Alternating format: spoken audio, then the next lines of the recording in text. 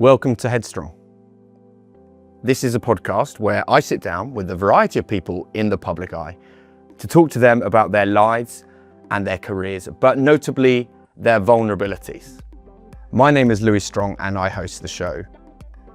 Whilst this podcast is an opportunity to learn about these incredible people and their lives and their experiences, it's actually served as a really important journey for me and my own mental health and well-being. So I hope that you get something out of this as well.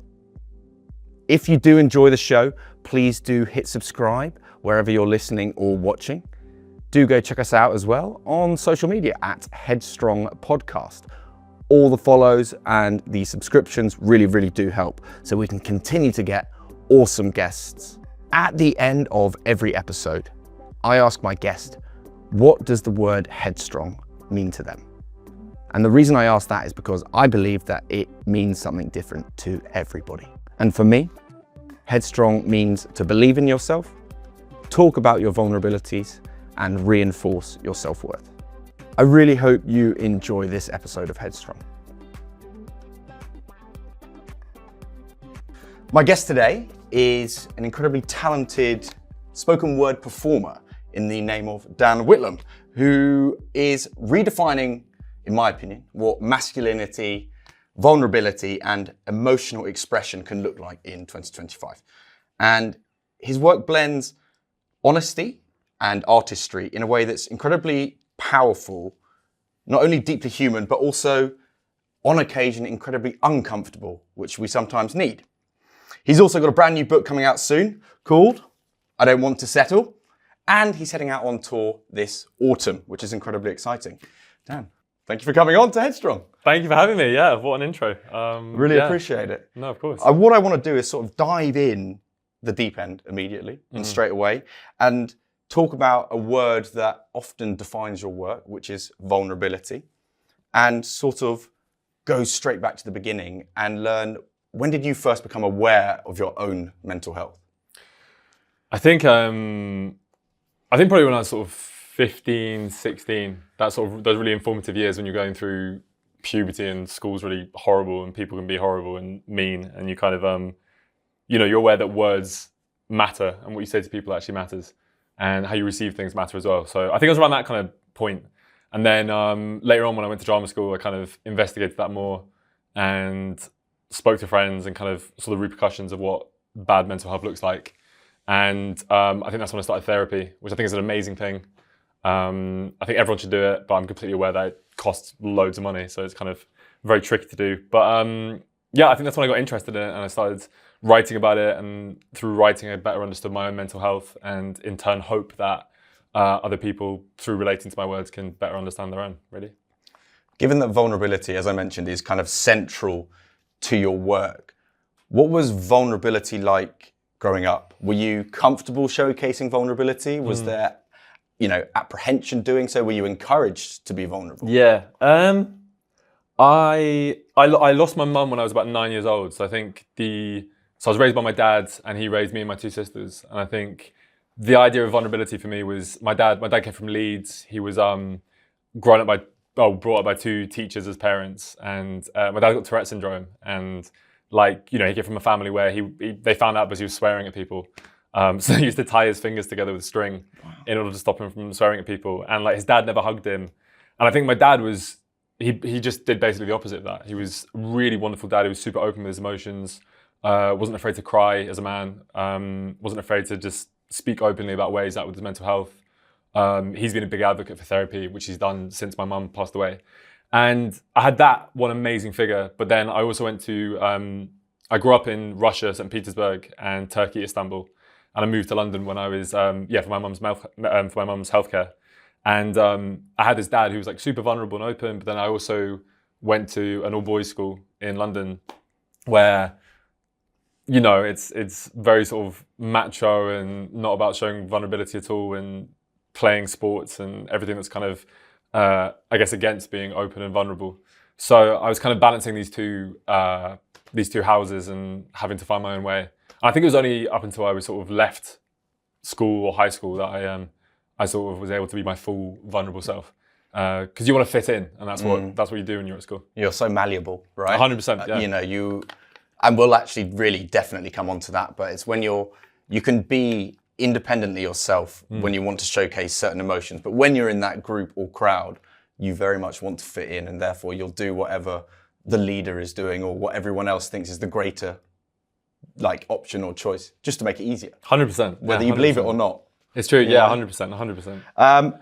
It's fascinating to hear that, and I know that it's not fair given that we can't talk to your dad himself. Yeah. But if you're able to speak slightly on his behalf, because I think that's fascinating to hear from where he's from and his background and what he went through, and how that, in my opinion, could have gone totally one of two ways. Either it is a chip off the old block of finding, stiffen up the upper lip, find it difficult to talk about vulnerability, whereas it sounds like it was the complete opposite, which is A, refreshing to hear, but B, so against the norm and almost a completely different way of doing it, particularly given what he'd gone through and where he grew up. Yeah, 100%.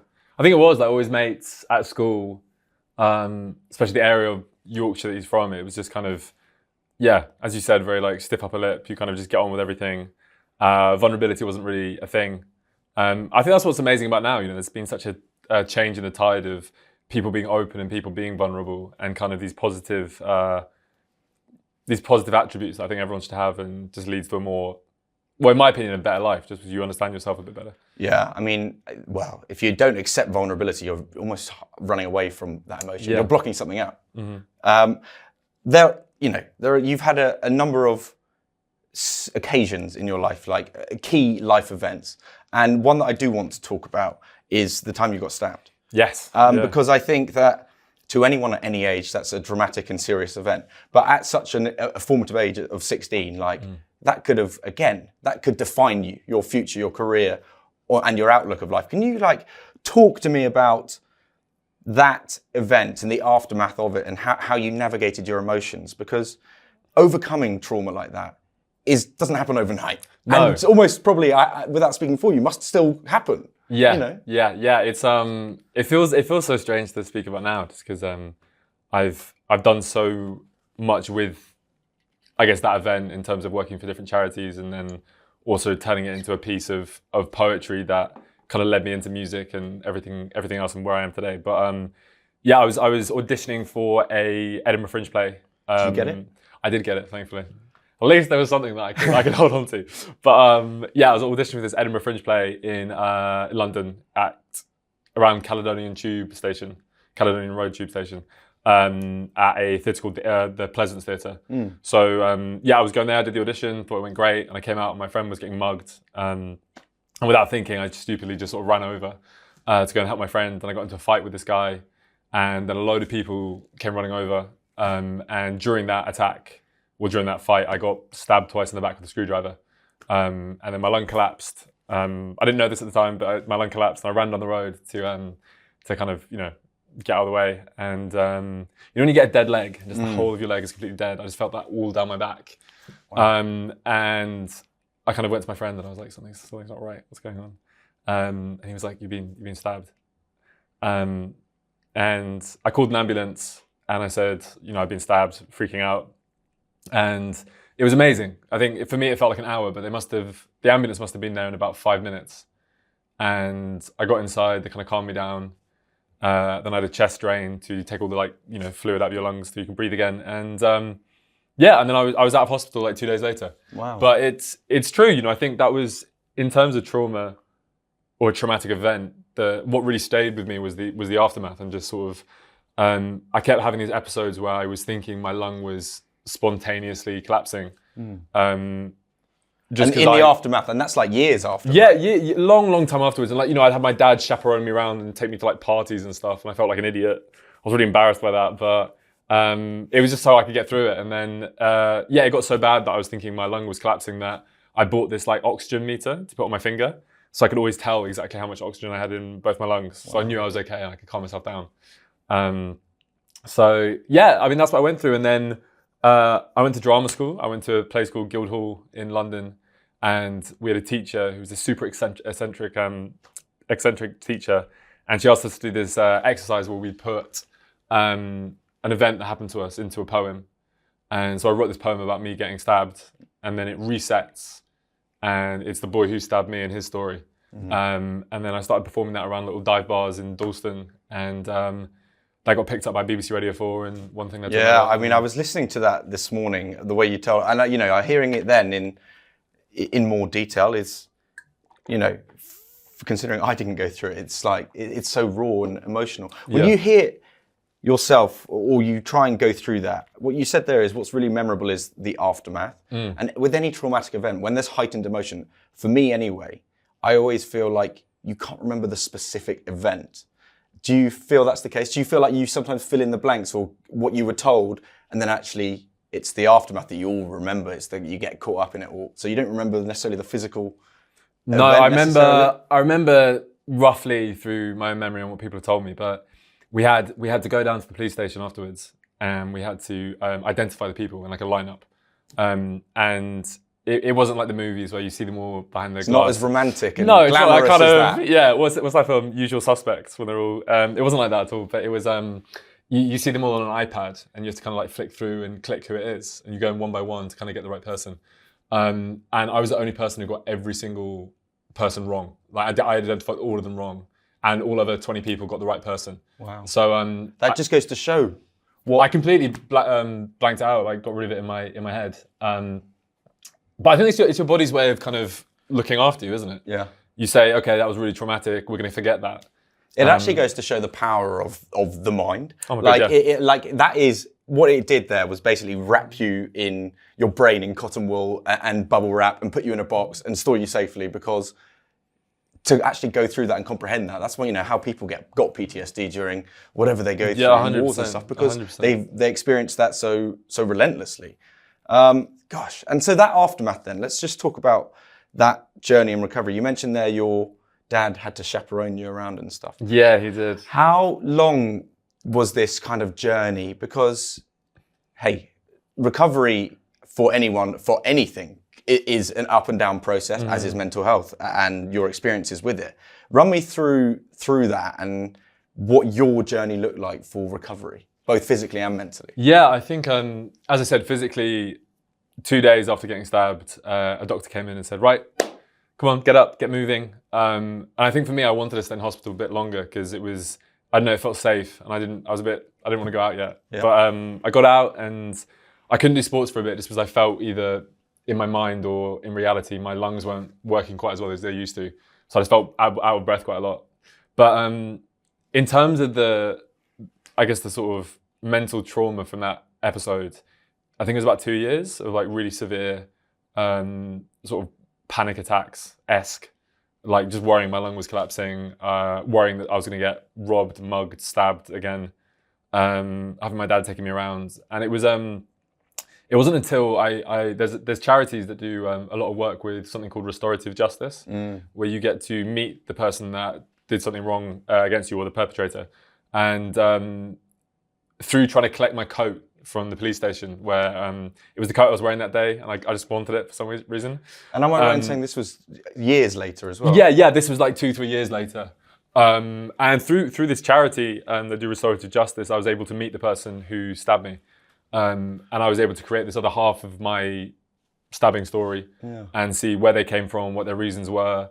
And to just sort of see that, you know, in the same vein that I ran out to go help my friend, this guy ran out with a screwdriver. Ran out to go help his friend, got a screwdriver given to him, and then stabbed me. And I'm not giving any kind of, I'm not sort of like, you know, saying, oh, it's all fine, you know, this is what happened. But I'm very pro for sort of seeing the humanity and everything, and not showing like witch hunting or victimization, just trying to sort of show a balanced account. Well, that's what they did with the story anyway. But yeah, I think, you know, it's almost part of the healing process, maybe. That's a great way of putting it. Yeah, it was the healing process for me, I think. What was that going into that like? Can you run me through what you were feeling emotionally prior to that meeting? And I don't want to go into any detail of the person or anything like that, but like, again, being able to comprehend that, given a physical act of violence against you, but then knowing full well that they were going through a lot of remorse and seeking forgiveness. Yeah. What was that like? I think after the incident, I was denied the chance to see them all in court. Not that I wanted to, but it's almost this weird fascination that maybe it's not comparable, but like, you know how everyone's really interested in these crime documentaries and this kind of, for some reason I wanted to see the guys who attacked me, and they all got done on something called joint enterprise for GBH, which is grievous bodily harm, which is, as an adult, carries the same sentence as attempted murder. And I just wanted to see them. They wouldn't be able to see me, but I wanted to see them. And the day before the court, what do I want to say? The court date, the hearing. Yeah. They all said they were guilty, so I wasn't allowed to have that. And I was like, great, wonderful, can leave it behind me. But something inside me was saying, no, I want to see these people. I want to not necessarily look them in the eye, but just almost afford myself some kind of closure and peace. And I think in saying I want to meet them, and the day before I was, you know, it's way less romantic than I'm saying it. It was terrifying, it was really scary. But I think after doing that and after writing the piece and performing it, I've definitely closed that chapter, and I've kind of, I don't even see it as myself anymore. But I was performing the piece at Coco in London, my show in October, and it was kind of, to see all these other people wrapped up in a story that was about me, but yet performing it felt so divorced from who I am now. It's quite a nice freeing moment, to be honest. Your work, as you say there, is a great way for you to express yourself and go through each and every almost emotional chapter or experience of your life and journey. Is that your way of doing it? Because I speak to musicians as well, and you'll know this when they write songs with their guitar and they go, yeah, that's how I felt. When you write these words, is that your way of being able to, evoke? Yeah, absolutely. I think, a huge portion of my work is also fictitious and is me kind of escaping through words into other, worlds. Like I write often about being married or seeing someone who's married. I'm not married. I've never been married. Yeah.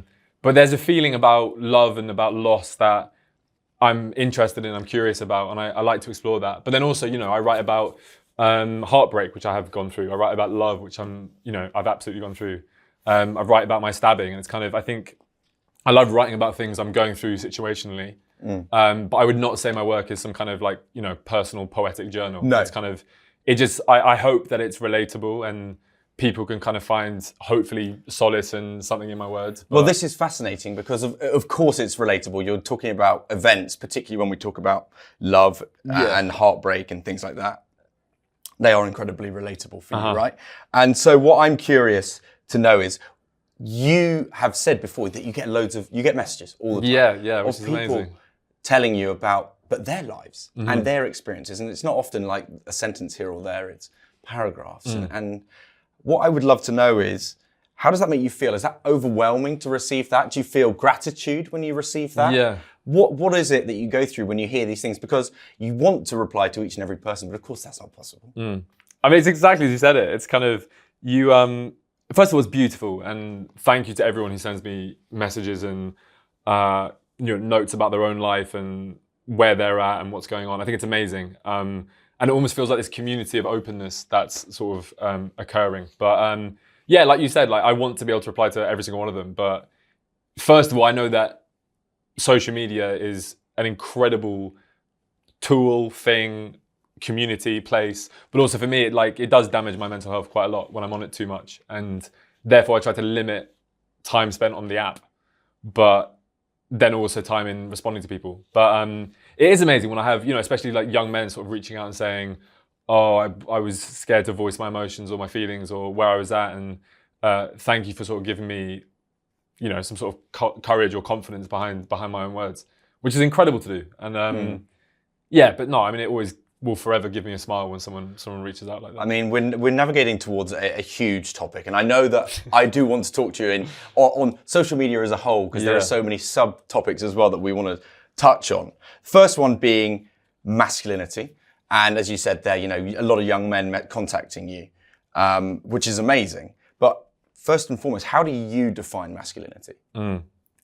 Oh God. Okay, what about then? No. I'm happy to answer that. I think for me, I think for me personally, I think I used to believe in the kind of stereotype when I was growing up that you had to be this big macho thing and you had to, I don't know, rule the room or be loud or be confident or, you know.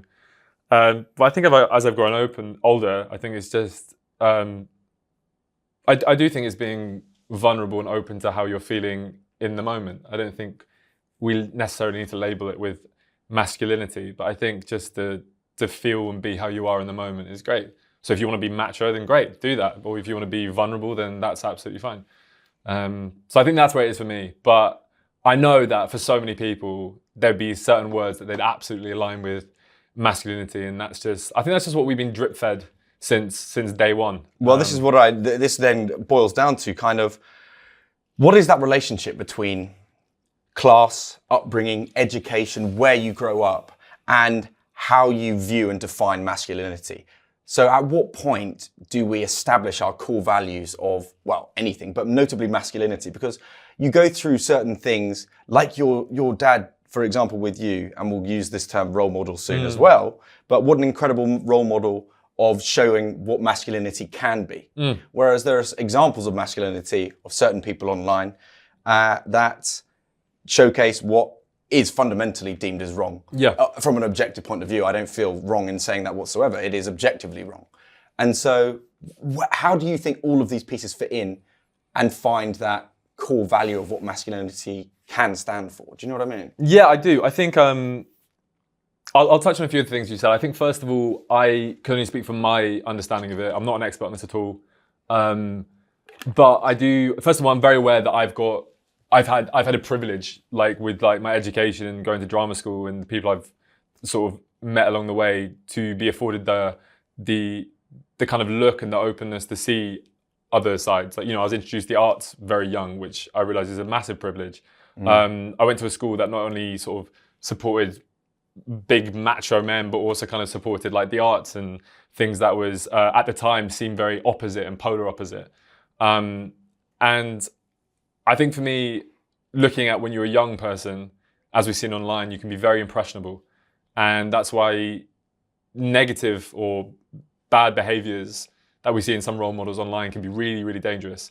I mean, you look at like Netflix's Adolescence, it's kind of, you can see the power of the arts and how a message, well, that, for example, is a proper like vehicle for change, and how a message can come across so strongly in the arts. And I think that's why it's so important that we have these positive male role models.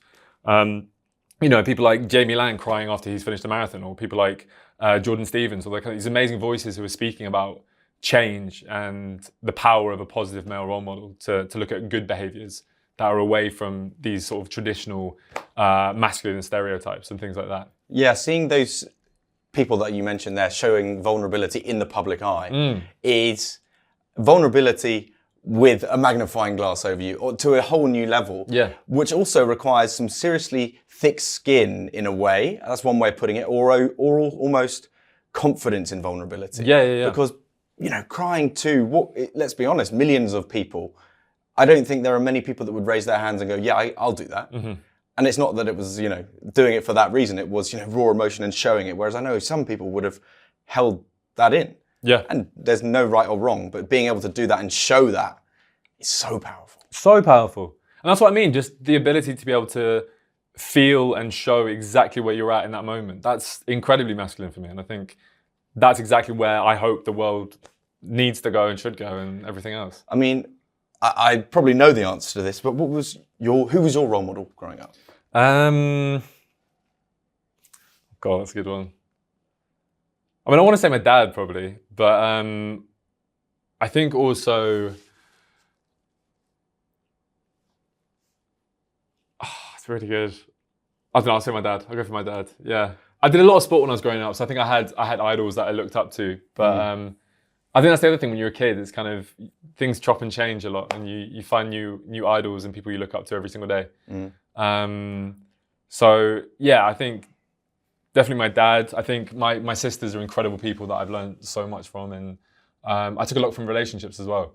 I think whenever I speak to people, they're always like, and I say, who do you speak to when you need to open up? And vast majority of people always say their mum. And I think I've therefore, because I didn't have that voice, I've always tried to find, I guess like my sort of like female figures in either friends or girlfriends or my sisters and stuff like that. And they've been real role models and helped me shape who I want to be along the way.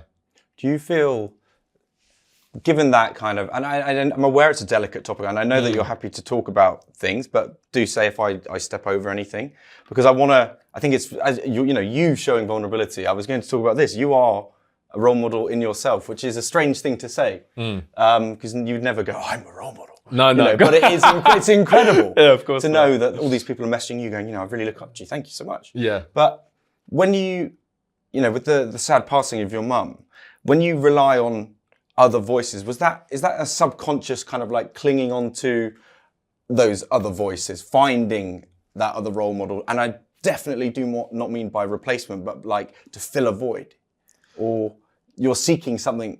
Yeah, I know exactly what you mean. I had a, I think when I was very young, I had a proper weird conversation with all my mates, and we were just sort of discussing, and he openly sort of said, do you ever think you look for, and this absolutely isn't it, by the way, but I think it's quite notable to say, he said, do you ever think you look for your mum in in girlfriends at all? Sort of like a figure to kind of find, not anything motherly, but sort of like a home and a constant. And I think people who often lose parents at a young age, and this is my experience, they're often left trying to find a constant, a kind of something that's going to be there for through thick and thin and regardless. And I think I certainly in my younger relationships when I was growing up I had a really hard time at saying goodbye. I hated saying goodbye. So when it came to a breakup, I really struggled with that. And as I've grown older, I've sort of learned that all great things must come to an end at one point or another. But I think I certainly looked to find elements of my mum around, whether it was someone to kind of reassure me and I think that shows now, I absolutely am someone who, especially in conflict, I'm not very good at kind of the aftermath of sitting with negative emotions. I'm someone who's quick to go over and be like, we're good now, yeah, we're fine, can we make it better? And that's probably just like, I think for me losing my mum, I am left with a bit of people pleasing and a bit of everything else, where I do want to kind of smooth everything over and make it happy families the whole time.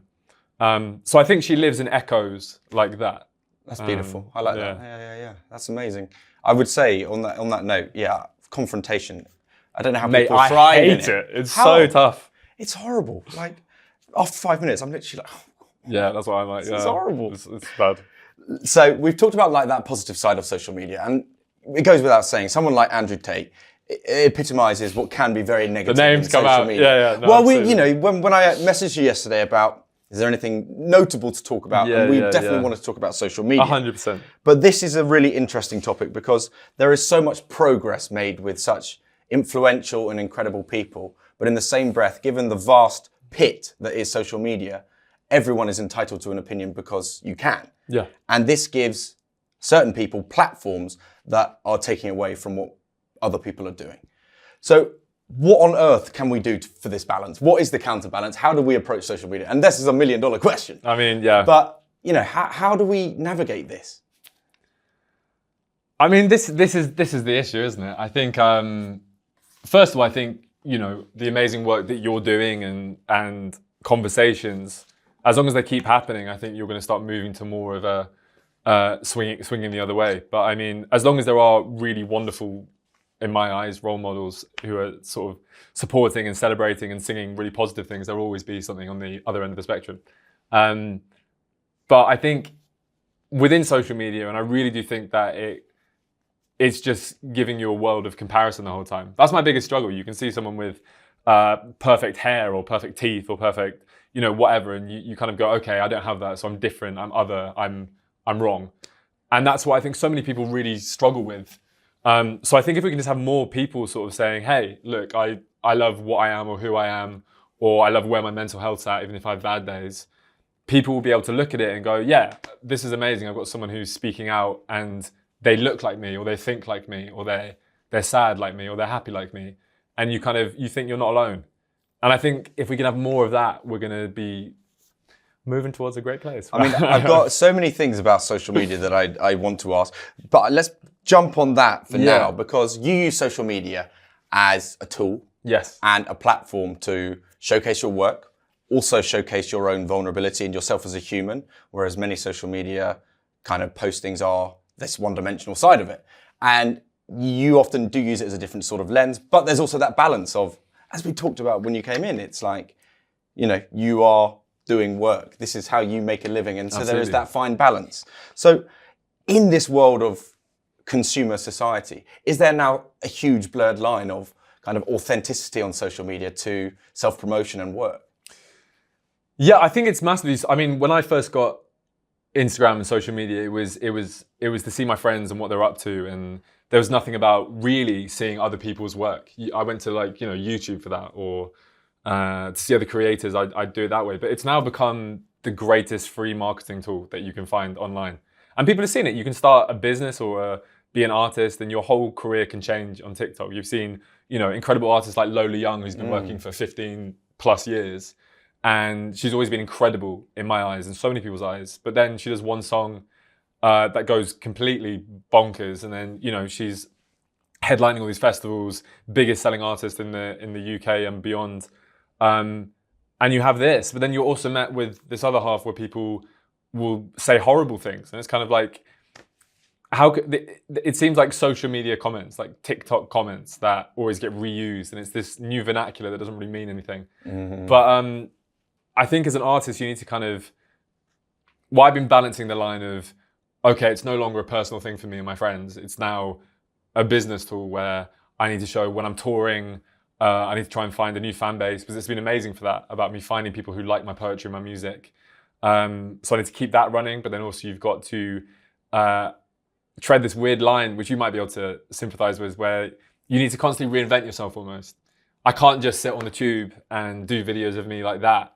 You need to then elevate it somehow. So maybe it's new poems or new stories, or you add music, or you go somewhere new.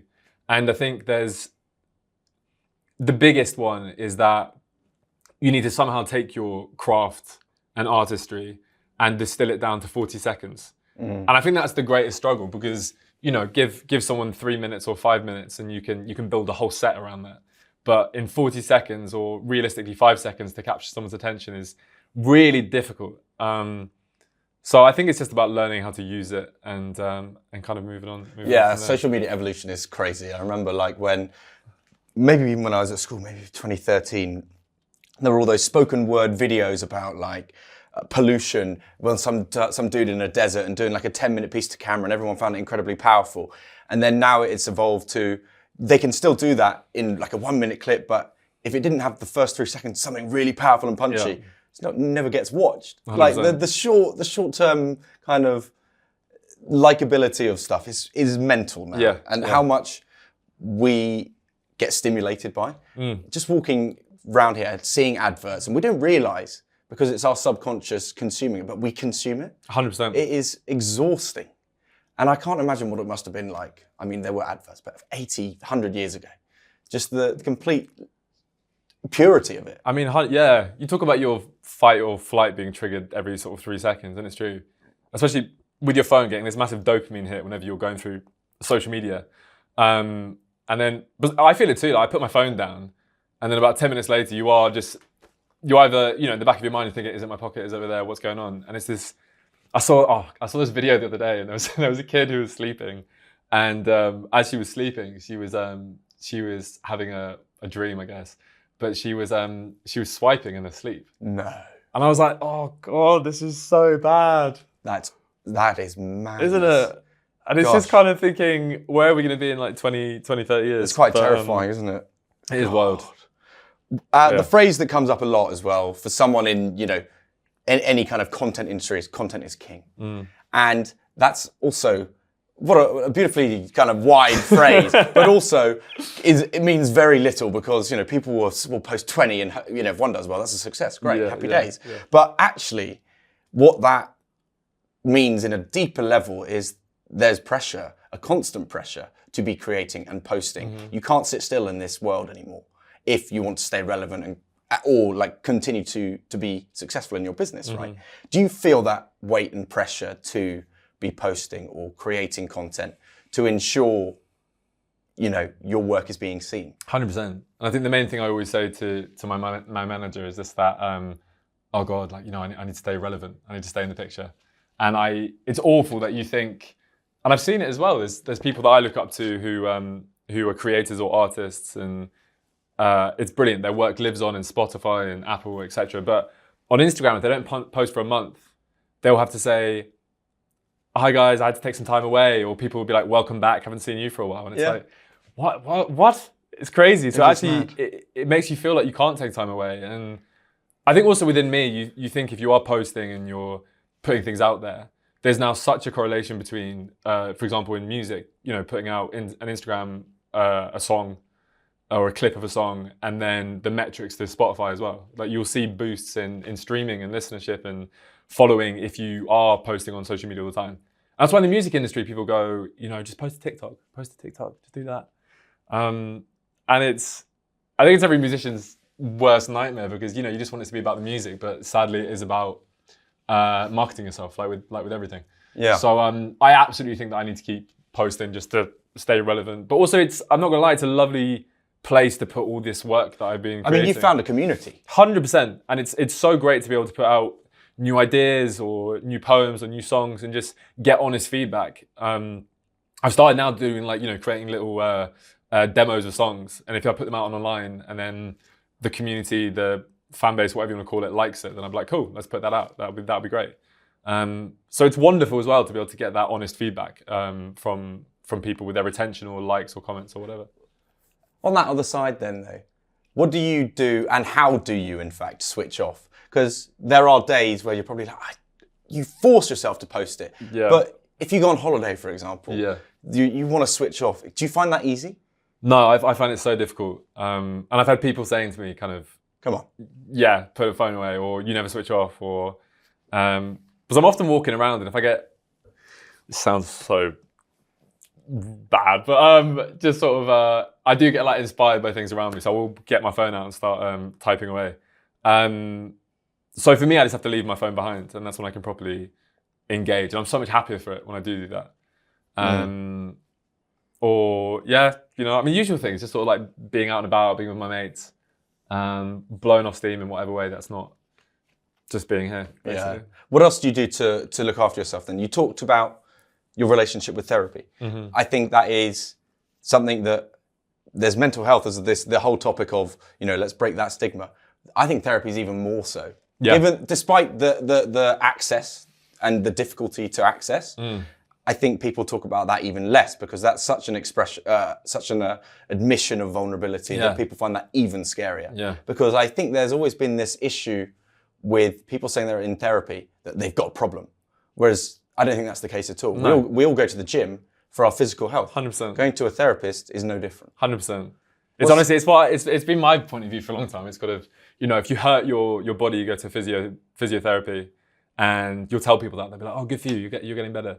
But if you go to a therapist for your mental health, people say, "What's wrong with you? You got something wrong."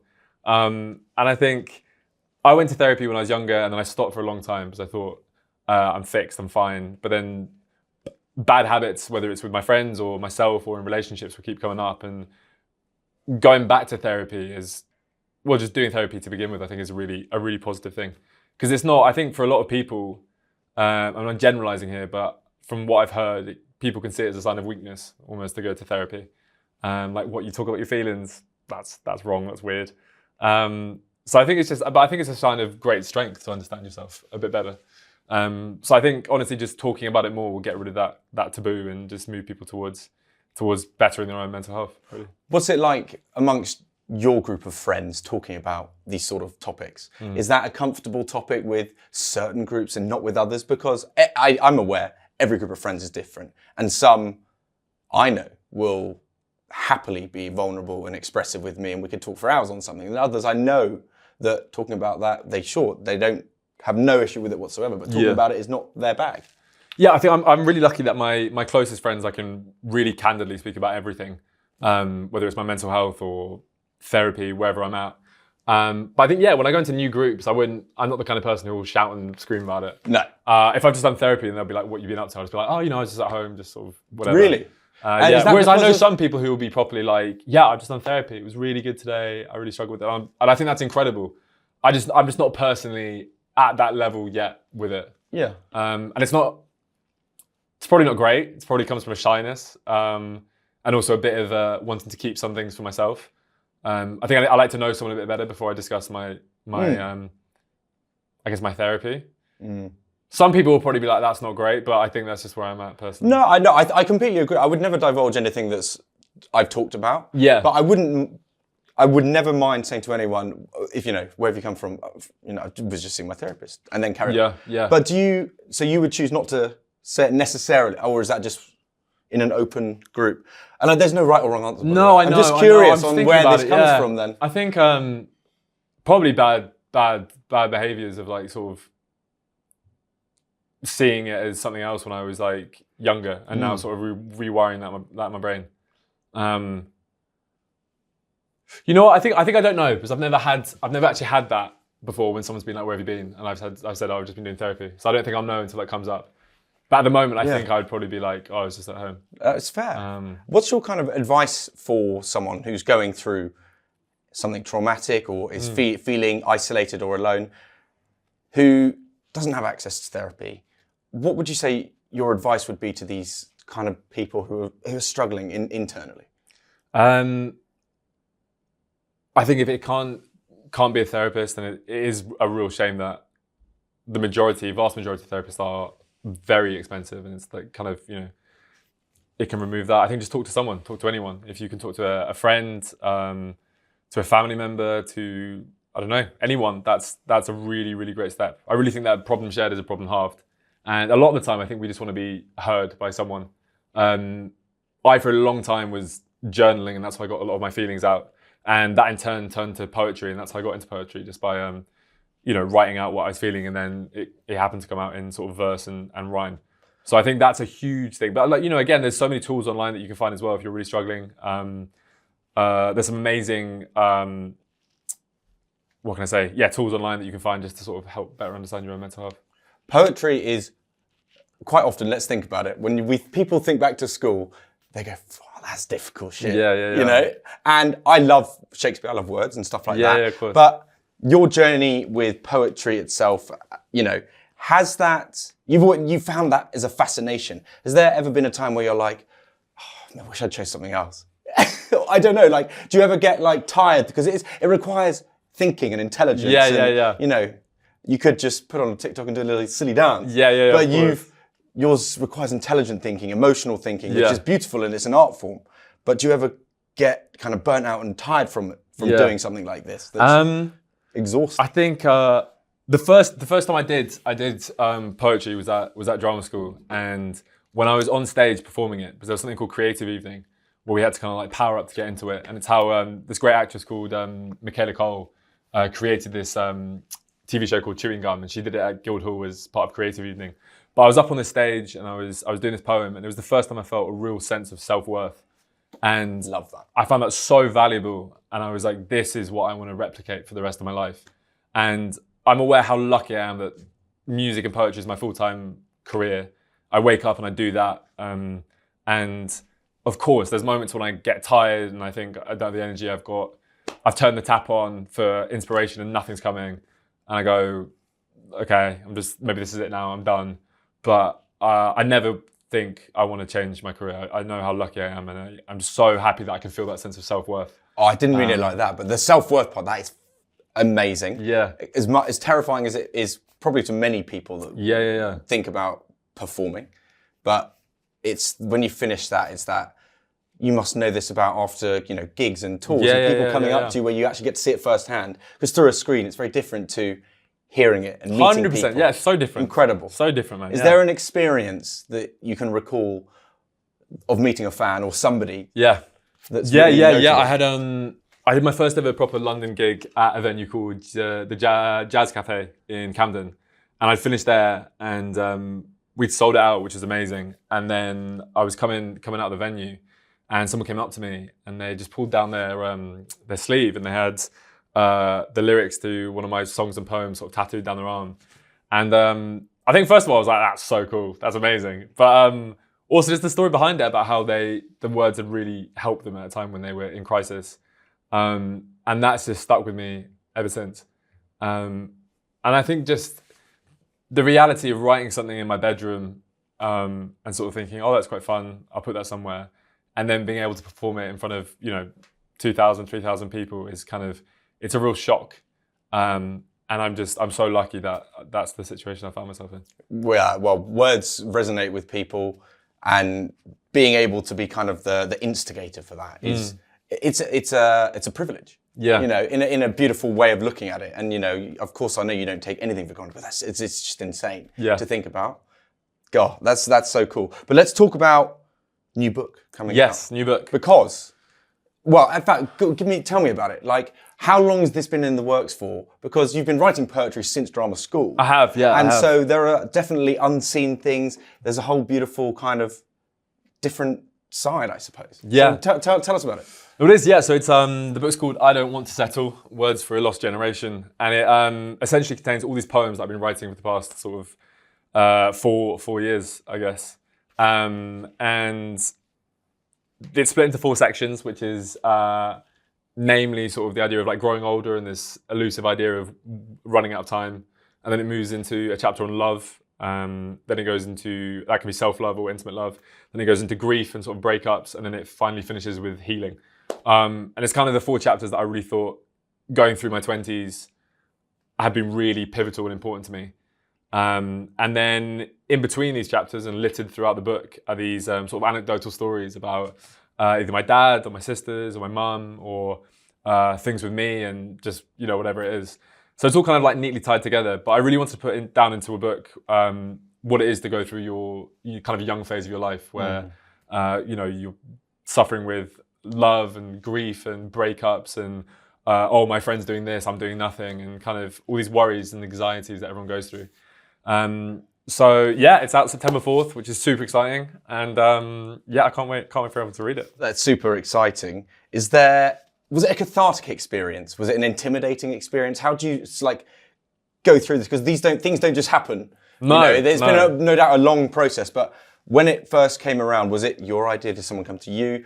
And then was that whole process, as I say, intimidating, cathartic, or? Yeah, I think I always wanted to do a book. And I think, first of all, just a place to put all my poems and to be able to get them out into the world. And there was also a lot of people online had sort of asked if there was going to be a book coming.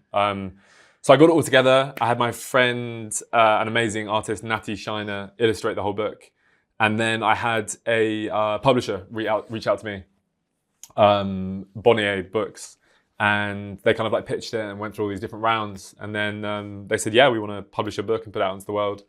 And then from there, me with my editor, Lucy, it's been kind of very meticulously going through the whole thing. And she's been pushing me to write these anecdotal stories and, the book needs more of this and needs less of that. So it's been a real process to kind of get everything together. But yeah, it's just surreal being able to hold something tangibly and have it in your hands and think, this is everything that I've written over the past sort of 4 years. Amazing. Which is wild. Given that it's now coming out, do you feel a pressure for it to succeed? Or are you already like, this is an achievement for me? Sure, okay, there are other people that might be involved in this. But like for you, is this is already the success, the physical knowing it's happened? Yeah. Do you know what I mean? Yeah, I absolutely know what you mean. It's definitely, this is the success. Like, to be able to say I've got a book out that's being published and it'll be in Waterstones is incredible. I think that's mad. You then obviously add in the pressures from the publishers being like, we want to do this many units and we're aiming for this kind of, Sunday Times bestseller and whatever. So all of that is very much in my head, and that's kind of scary to deal with the realities of other people and what they want. But that's fine. Everyone's out here to do a job and serve the artistry. Yeah. But it's so funny. I was looking at, someone sent me the other day, they were on Amazon pre-ordering the book. And they were like, mate, you're number 1 bestseller in erotic poetry. What? I was like, what? Who's been doing the categories? But I was like, the categories are so wrong here. How is this erotic poetry? So, but I think someone... There is a chapter 5. There's a very secret chapter 5. Just message down. But honestly, I was like, what? So I think someone at Amazon's got the metadata wrong, because it's not, I hate to sadden everyone, it's not erotic poetry, but there is an audiobook that comes with it. So well, maybe that's where it's been. There's a consumable product for everyone. There is, yeah. I love an audiobook. Mate, they're great. I'm a sucker for it. So good. Something that I didn't talk about before that I do want to quickly mention is because I've been feeling it a lot recently. As I said to you at the beginning, I've taken a brief hiatus from this. And as everyone knows, comparison is everywhere. We're all doing it, whether we know that we're doing it or not. And I had this sort of like almost sense of being left behind. I've created this and I've done so many episodes, done 13 series. And because I'd left it for a period of time, just for whatever reason, I felt like the world was moving past me. Yeah. I don't know what your experience of things of that is, because everyone is, the way that social media is built, the way that we see everything it makes everything look better than your life. Yeah, 100%. Which is not true. Yeah, 100%. How do you navigate those sort of things? Like, it's such a huge topic. But I don't know if you've ever experienced that or... Yeah, I think when I was sort of starting everything during COVID, I loved the fact that it was this great pause. Because yes, loads of people started new things and it's probably taken them through to great success today. But for me, I was like, oh great, everyone's just not really doing much. And I kind of love that. I love that everyone was on pause. So no one was, as you said, like sort of flying past or moving past you. And I think now that I've kind of found my thing, what I love to do, and I'm so lucky to do, I'm very aware of who else is sort of doing it at the same time. And I think this world of comparison can be great in terms of kind of building the community, and more eyes on poetry means more eyes on your work, hopefully, which is great. But then also you become aware of the outside noise of, oh, they're writing about this. This isn't just you writing about love. This is actually like, proper political stuff that's making a difference, or whatever it happens to be. And I think going back to what we said about wanting to remain relevant using social media, I'm completely aware that if I took a 2-month pause from social media, it would probably be amazing for my mental health.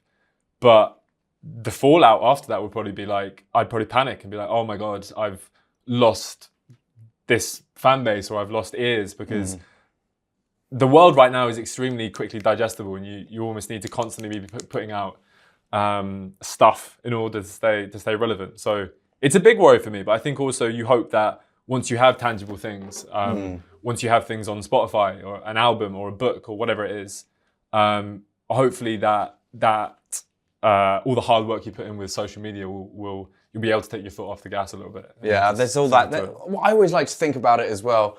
Social media, the internet is completely made up. And what it all really boils down to is the real physical human connection. There's no greater way to do that than being in the physical presence, being at a gig. Of course, you're going on tour. Yes. Which is very exciting. And that's the best place, in my opinion, to really feel connection and understand, emotive kind of words. I think that's amazing. So tell me about the tour. Like, where are you going? What's happening? Yeah, so tour. So we leave in October. So I think, so we start in the UK, and in the UK, I say UK, it's England and Ireland. We didn't quite make it to Scotland this time. Do you know what it is, right? Touring is so expensive, disgustingly expensive. And I think last year, where we did most cities in the UK, from sort of Brighton up to Glasgow and everywhere in between, I just lost so much money. And I sort of said to myself, for the UK for this year, I kind of want to go where I know I'll be able to sell a certain amount of tickets. It's so we're doing England and Ireland, but it's we're doing Manchester, Birmingham, Bristol, London, Dublin, and then after we've done those, finishing at Camden Roundhouse in London, which is exciting. We're then going over to Paris, and then doing Paris, Amsterdam, Berlin, Cologne, and then flying over to the States, which would be wild. Love that. But I'm there with my band, which would be incredible, and it's just it's such a privilege to kind of perform all this music I've written in my room and do it live. Do you enjoy tour? I love it. Yeah, there's a lot of downtime. I think my drummer said that it's just one big hang. So essentially, if you can get along with people in your band, then you're absolutely fine. Yeah. How so positive for your well-being. Oh my God, yeah. It's just so much time sitting in the bus though. It's weird, when you hang out with certain people and you leave it and you feel energized, not tired. Yeah. But you know for well that you've just been at it, chewing the fat and having fun. Yeah, it's crazy how certain people do that to you. It's beautiful. I came up with a question that I thought was quite interesting, because we live in a world where I think jealousy is more likely in a situation when someone is successful rather than celebrating success. So what I wanted to ask you is, what has been the best day of your life so far? So we can kind of celebrate in your success. God. Or moment. Best moment. That's a great question. I'll go for a professional one. I think like selling out Coco, and then afterwards being there with all my mates in the band, and during the performance, the penultimate song, the whole band left the stage, and my dad came on the stage, and he kind of like hobbled on a bit, like putting on a bit of performance, and he sat down at the piano, and everyone was like, what's going on, what's happening? And he sits down and he plays Vienna by Billy Joel, which is kind of encapsulates everything about running out of time, etc. And my dad's like an incredible musician, and just, you know, after 4 minutes of him playing or whatever, everyone was just crying their eyes out, sort of 2,000 people. And he just completely steals the show. And I think it's this beautiful moment where I'm not a parent, but I can imagine parents often look at their kids and go, God, I'm so proud of that person. And it was the first moment first conscious moment where I looked at my dad and I was like, I'm so proud of you. This is amazing.